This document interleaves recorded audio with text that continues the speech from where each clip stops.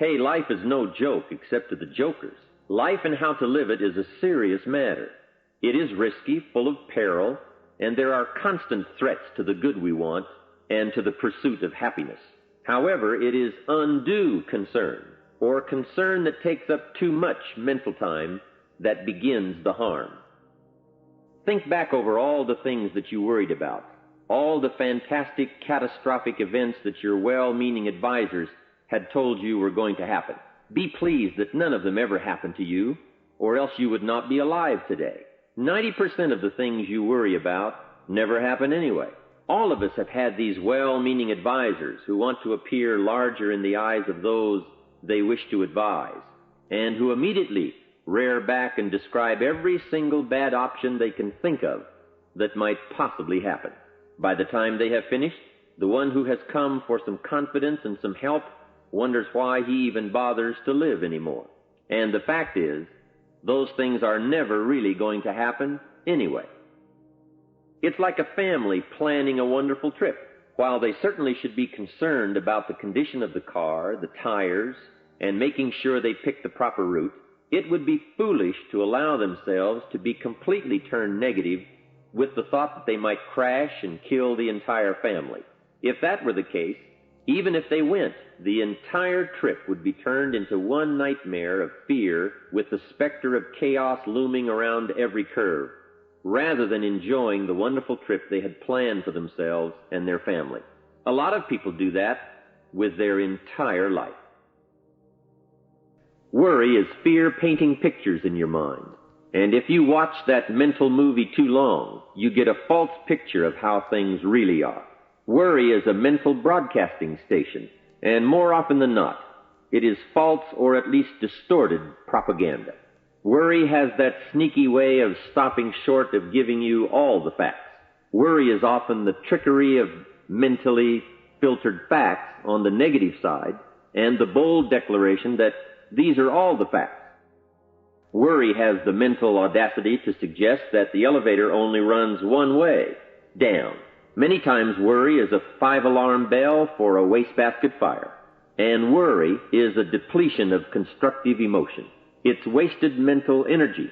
It's like letting the starter run the battery down when the car won't start. And worry is most often a lack of all the facts, a lack of full understanding, a lack of total information, and an unpreparedness of ability, knowledge, talent, courage, faith, and all the other virtues.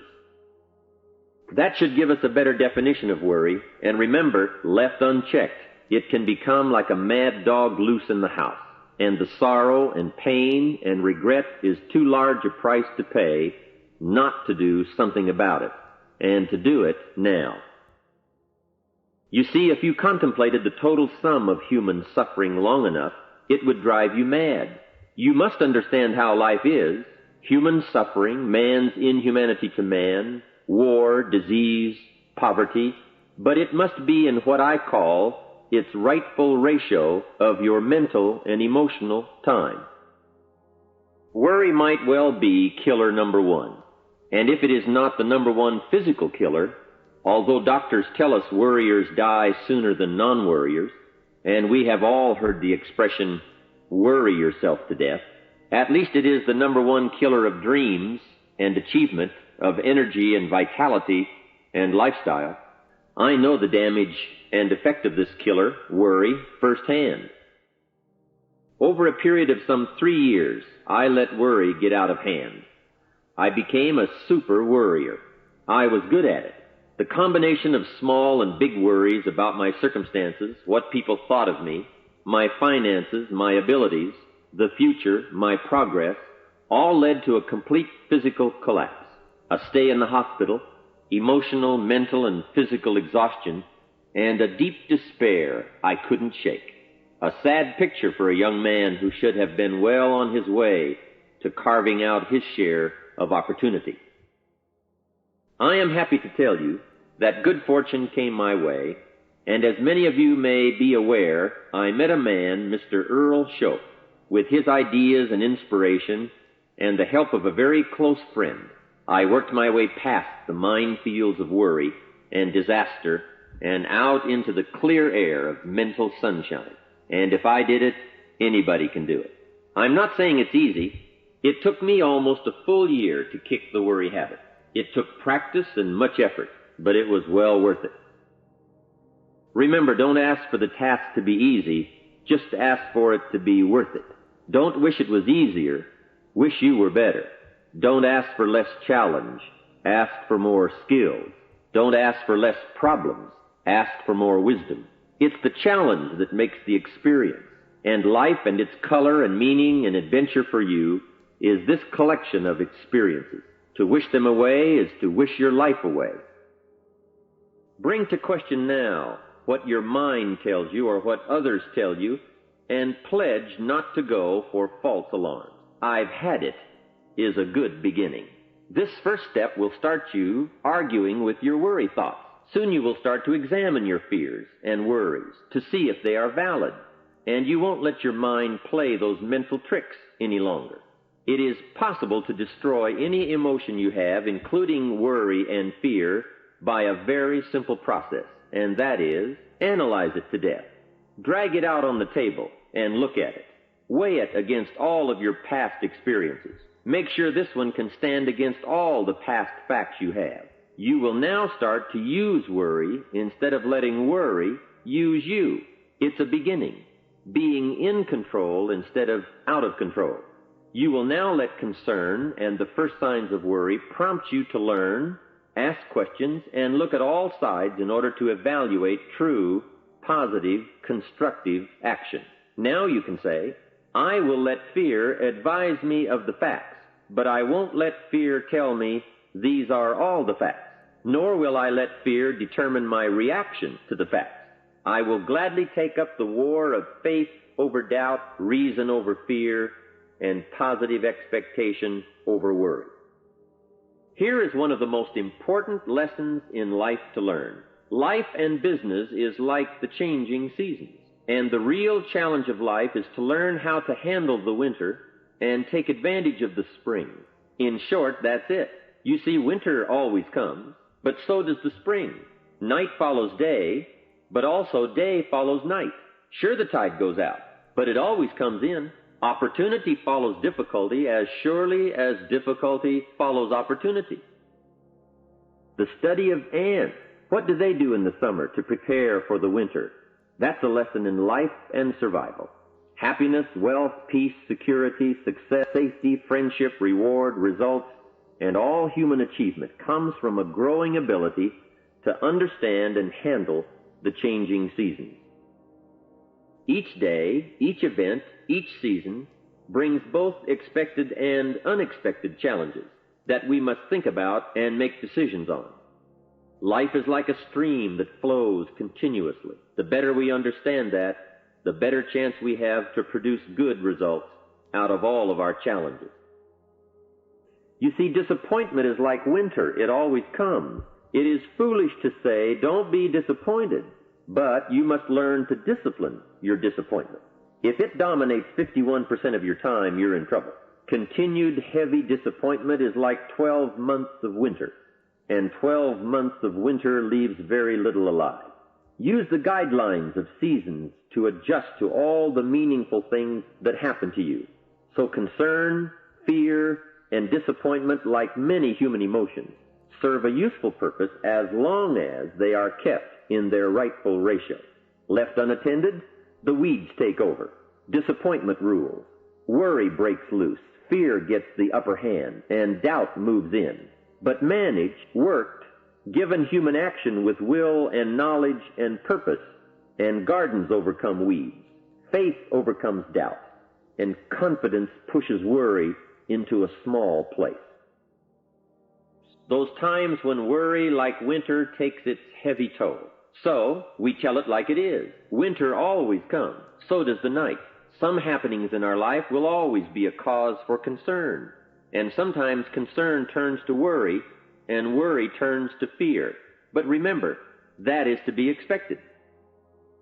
If you can survive all that has happened to you up to this moment in your life, in spite of doing and thinking many of the wrong things, imagine how you can succeed by now starting to do some of the right things. First, the best answer to worry is confidence.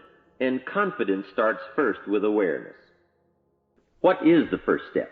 My best advice on this is to first recognize worry for what it is, admit what it does, and then decide you now want to be free. It first starts with decision on your part. And may I add, well, you should decide. Why let worry continue to take money out of your pocket and bank account? Why let worry any longer keep you from becoming all you can be? Why let it rob you of better friendships, better business, better profits, better results, better communication, better family relations? Why impose your worry on others any longer? It's a burden you can get rid of and a monkey you can get off your back. Why not be rid of those sinking, nagging feelings that all is not going to be well, that you can't do it, that it won't work out for the best? Worry is undue concern that takes up too much of your mental and emotional time. Now, we must all be concerned. Here's some of the best advice I have on worry. First, don't be afraid to face the facts of life. It is not negative to understand that the winters always come. Don't be faked out. Don't clip the word impossible out of the dictionary. Sure, the Bible says all things are possible, but I don't really understand all that means. Don't say I don't want to hear the problem. I don't want to see the difficulty. Don't show me the weeds. Don't say anything negative. Only see the positive. That's foolish. There is a thin line between positive thinking and kidding yourself. And remember, there's also a thin line between faith and folly. Here is the key. Humans have the unique ability to see it as it is, and they also have the ability to see it better than it is. One is called fact, the other is called faith. Faith you develop, facts you acquire. The facts you acquire are essential. It's like belief. You constantly must find facts to support your belief. Faith says, I will move mountains. It doesn't say, I will move mountains if someone gives me a bulldozer. I'll move a mountain if they will build me a road up there, if the weather's nice, if they give me a shovel. Faith just says, I will move mountains. Faith doesn't ask for a result to prove its existence. Faith is because it is. And remember, people die for faith. And some people give up everything they own, their life, for faith. Here is a good prayer. Help me to see it as it is, and help me to see it better than it is, and then inspire me to act. Facts and faith and action. What a combination for personal progress. And action puts fear to flight. An Old Testament phrase says, watch the ants, you sluggard. Consider their ways and be wise. Not a bad suggestion. The second major key to mastering worry is to respond. Build up inside of you that heavy desire to be free, to get on with building your life and lifestyle. Too much is waiting to delay. Take a new look at your opportunities. Figure out new ways to seize them immediately and make them work for you. And here is a key. Bring a new dedication that you will master yourself with enough discipline to be more than qualified to do the present job and prepare yourself for the next move up. Expose yourself to every stimulation possible that will put all this in perspective. Now let's move on to a very important point, and that is the best answer to worry is confidence. First, self-confidence. I can better handle next winter. I have a strong shelter. It is stocked with supplies. I now know how to take advantage of the spring. I'm going to plant better crops and bigger crops. I can last through the summer. I won't quit this time. I'll study weeds and how to get rid of them. I'll be less frightened of the changing weather and the quick storms. In the fall, I will exercise more care and reap what I have without complaint and blame nothing for the amount of my harvest. I'll learn to save a fair portion so that I can survive the bad seasons when out of control the hailstorm comes and it all goes wrong. Now we must consider this. The most fatal deterrent to self-confidence is guilt. Not doing all you know how to do to the full extent of your present ability weakens the foundation for confidence. The biggest part of worry comes from the lack of this personal confidence. And lack of confidence comes from two major things. First, no goals or plans. And second, no daily discipline to achieve. The inaction to cure or handle small tasks is what starts the guilt process. And that always tends to make you look at what's wrong and expect the worst. So listen to the voices of creative experience. Let nature, experience, wisdom, books, everything speak to you and teach you. Remember, both opportunity and challenge await action. Everything yields to diligence. It's not what you can do, it's what you will do that counts. And undeveloped ability comes from three problems. First, lack of inspiration to find out. Second, lack of reasons to learn. And third, lack of applied time and action for developing those abilities. And so we come right back to the theme of our entire enterprise, self-development. Learn to work harder on yourself than anything else. The key to all success in economics or mental health is self-development. It will all change for the better when you change for the better. It's what you become that really counts. And you are the only variable. So a good statement is, you can't be all positive. You can't be all confident. You can't be all faith. But confidence and faith and courage and inspiration can dominate worry and fear. Physical and emotional forces are always at work, and something will win and conquer. Make sure you give yourself the best chance to get mental and emotional domination over all of your challenges. And here is one of the master keys to the good life: developing the intelligence and accepting the challenge of putting all of your emotional experience into their rightful ratio. Beginning this progress can bring about the most dramatic changes. Say first, I've had it with worry. I'm tired of being beaten down and hassled with all those negative mental pictures. I refuse to be tricked by false facts. I'm really not that weak. Never again do I want those sick feelings inside, those mental false alarms. I'm tired of the drain on my resources. I'm tired of the embarrassment of the lack of confidence. I don't want people, especially my family, to see me in this state anymore. I've got more to offer. I refuse to let my life be short-circuited any longer by letting my mind run wild with a distorted view of the facts, whether I bring it up or if it comes from someone else. Prove it to yourself. Remember, humans are remarkable, a marvelously functioning entity. Imagine how uniquely your body and mind have survived and managed to function in spite of all the worry. Humans don't die easy, they die hard. Develop a plan for your life rather than aimlessly drifting through it, the victim of circumstance. Create your own environment and learn to control it. You control your own mental environment by developing yourself. So go on a crash program to clean up decisions, get things done, get other things set up and started and organized. Start doing all the things that would make you feel better. Exercise, diet, reading more books. Open a floodgate of positive moves in the right direction, and be thankful. Add up what you do have. Make an actual as well as a conscious mental list of all you possess, tangible as well as intangible. In view of the 4 billion other inhabitants of the world, yours is probably an incredible list. That list and being thankful should then lead to the big step of discipline. The discipline to sit up and listen, the discipline to pay attention, the discipline to give people and kids the gift of your attention, the discipline to be alert, take care of yourself, rest, eat properly, the discipline to talk well and practice good manners.